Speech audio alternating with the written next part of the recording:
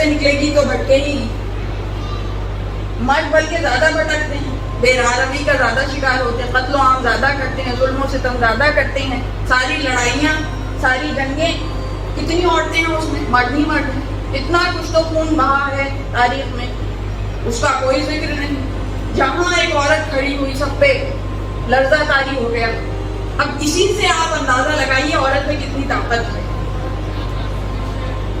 عورت میں کتنی طاقت ہے. اس طاقت کو صحیح معنوں میں استعمال کریں, صحیح حدود پہ, جو ہمیں اہل بیت نے سکھایا. تو اب ہمارے پاس جب مثال کی بات آتی ہے تو دیکھیے ایک مثال جس کا بہت کم تذکرہ ہوتا ہے, جناب اسماء بنت امیس. کون ہے جناب اسماء بنت امیس؟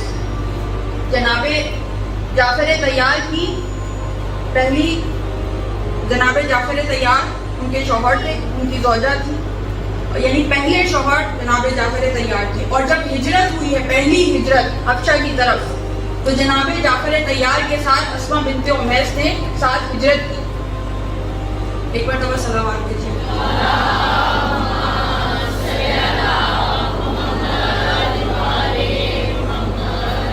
تو اسماء بنت امیس وہ ہیں کہ جنہوں نے جو پہلی ہجرت ہوئی ہے اسلام کی, مشکل ترین ہجرت تھی, اس میں جناب جعفر طیار کے ساتھ رہی.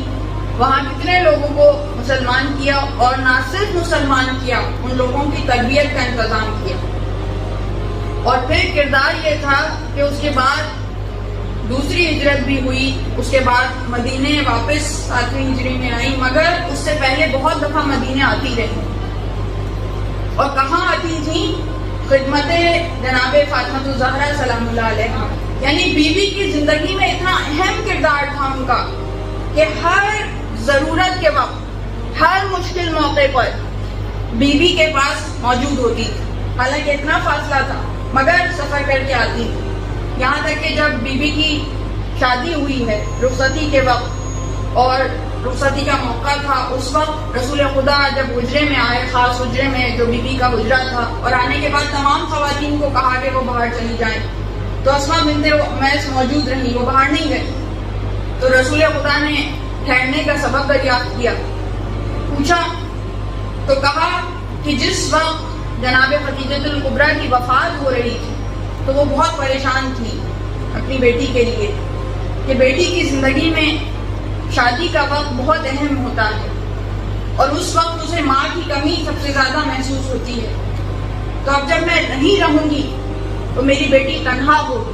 تو اس وقت میں نے جناب خدیجہ سے وعدہ کیا تھا کہ میں فاطمہ کے ساتھ رہوں گی اس موقع. اور اس وقت رسول خدا نے انہیں دعا دی.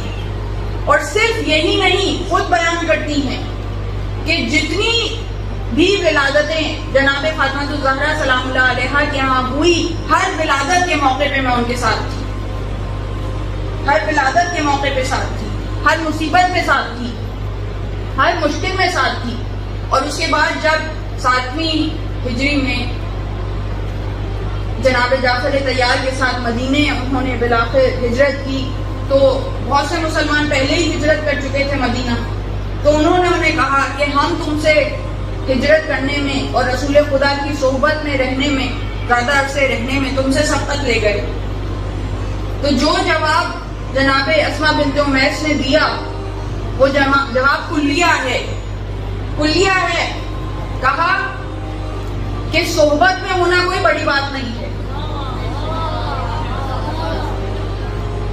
یہ جو صحابی لفظ نکلا ہے کہ صحبت ہی سے تو ہے, صحبت میں ہونا, ساتھ ہونا کوئی بڑی بات نہیں ہے.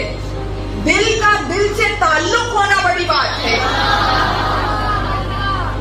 دل کا دل سے تعلق ہونا بڑی بات ہے. اور چاہے میں دور رہی مگر میرا دل ہمیشہ رسول کے ساتھ ہے.